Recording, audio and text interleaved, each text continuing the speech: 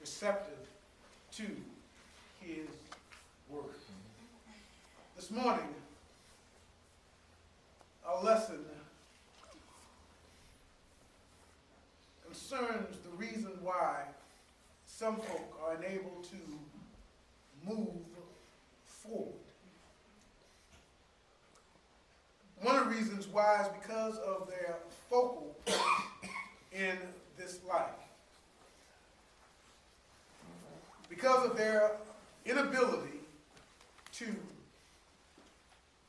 look ahead, to focus on the present and the future. And by living in the past, it can cause problems. Our lesson this morning is entitled, Don't Look at Her Behind. Don't look at her behind. In Luke chapter 17 and verse number 32.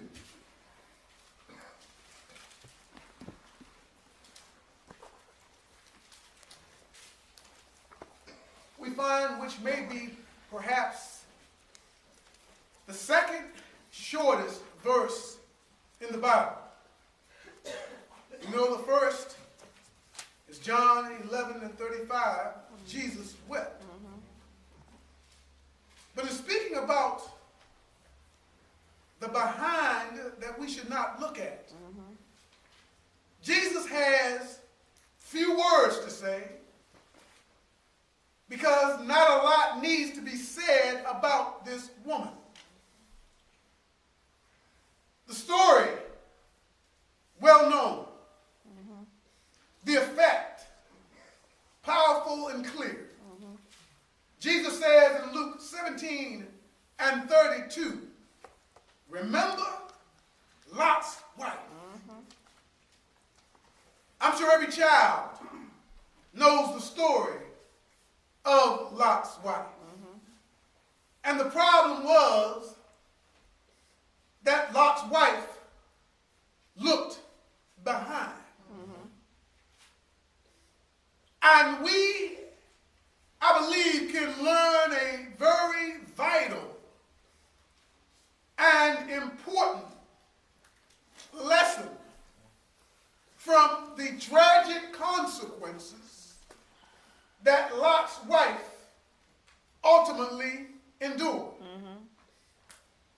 That's why our lesson is entitled, Don't Look at Her Behind. Her behind, not meaning anything physical, but Lot's wife looked at her life behind her when she should have been looking forward.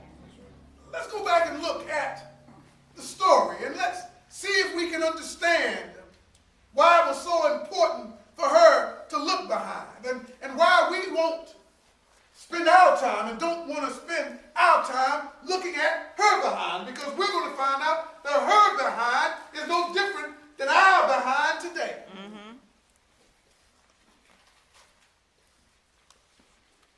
In the book of Genesis, the chapter is 13.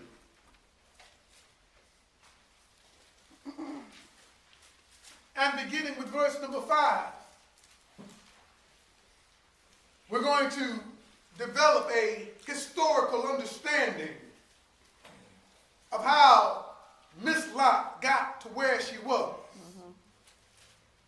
The Bible says now Lot, who was moving about with Abraham, also had flocks and herds and tents. But the land could not support them while they stayed together. For their possessions were so great that they were not able to stay together. And quarreling arose arose between Abraham's herdsmen and the herdsmen of Lot. The Canaanites and the Perizzites were also living in the land at that time. So Abraham said to Lot, let's not have any quarreling between you and me, or between your herdsmen and mine, for we are brothers. Is not the whole land before you? Let's part company. If you go to the left, I'll go to the right. If you go to the right, I'll go to the left. Lot looked up and saw that the whole plain of Jordan was well watered, like the garden of the Lord. Like the land of Egypt toward Zoar. This was before the Lord destroyed Sodom and Gomorrah. So Lot chose for himself the whole plain of the Jordan and set out toward the east. The two men parted company. Abraham lived in the land of Canaan, while Lot lived among the cities of the plain and pitched his tents near Sodom. Now the men of Sodom were wicked and were sinning gratefully against the Lord. Because of a dispute between Abraham and Lot, the two men parted. But the thing I like about the way they parted is they disagreed in an agreeable fashion. And they parted company, being still friends and still family members. Sometimes issues arise. But what we have to be sure of, and sometimes things don't work out the way they ought to work out. But if all possible, at least on your end, disagree agreeably and leave on good terms. Because had they not left on good terms, and we know they left on good terms because later on in life, unbeknownst to Lot, he was going to need old Uncle Abraham. He was going to need the man who at this point he was quarreling with. He was going to need some help from the man who he had a dispute with. And had they not left on good terms, old Lot might have been left where he was. That's how Lot winds up down in Sodom and Gomorrah, and with Lot went Miss Lot. But there's something that gives us a key right off about Miss Lot's behind. See, Miss Lot's got a bad behind. The Bible says the men of Sodom were wicked and were sinning greatly against the Lord. Sodom wasn't a good place. It was a bad place. It was a wicked place. It was an ungodly place. And how do we know that? Well, we know the story. And we'll get to that a little later. But then, there was something that just kept everybody looking at that behind. There was something and some reason why they just couldn't get their focus off that behind. The Bible's going to tell us that later on, Abraham goes and rescues Lot. And Lot at this time, and Miss Lot surely knows that this ain't the place for them to be. The Bible tells us that the place was wicked, and Lot had been living there for a while. In chapter 14, the Bible tells us that some kings started a war against the city of Sodom and Gomorrah. And one of the soldiers had escaped and came to Abraham, beginning with verse 11. The four kings seized all the goods of Sodom and Gomorrah and all their food, and they went away. They also carried off Abraham's nephew Lot and his possession, since he was living in Sodom.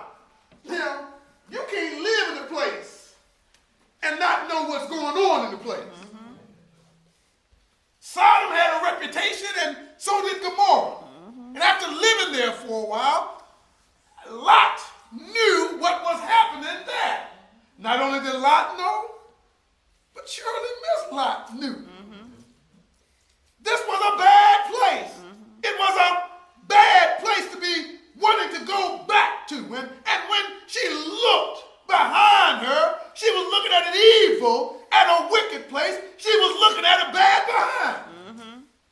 Reason why some of us can't go forward in life is because we're too busy focusing on our bad behind.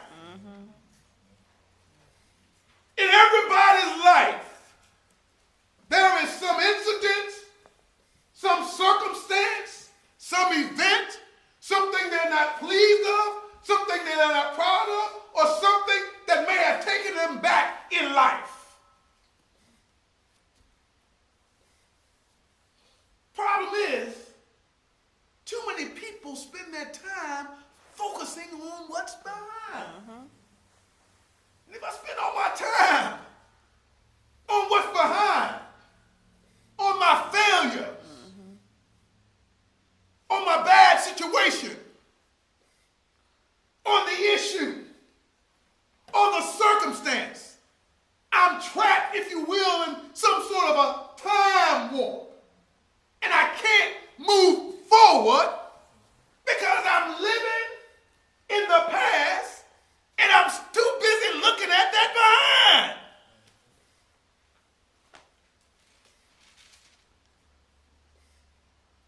The Bible tells us, in verse 13 of chapter 14, one who escaped came and reported this to Abraham the Hebrew, that Abraham got 318 of his trained men in verse 14. And during the night, Abraham divided his men and attacked it and routed them. Verse 16, look at what the Bible says. He recovered all the goods and brought back his relative Lot and his possessions together with the women and the other people. So Abraham had retrieved Lot and Lot's family from that wicked behind, from that wicked place. But something odd happens here. Abraham got rescued. The women got rescued.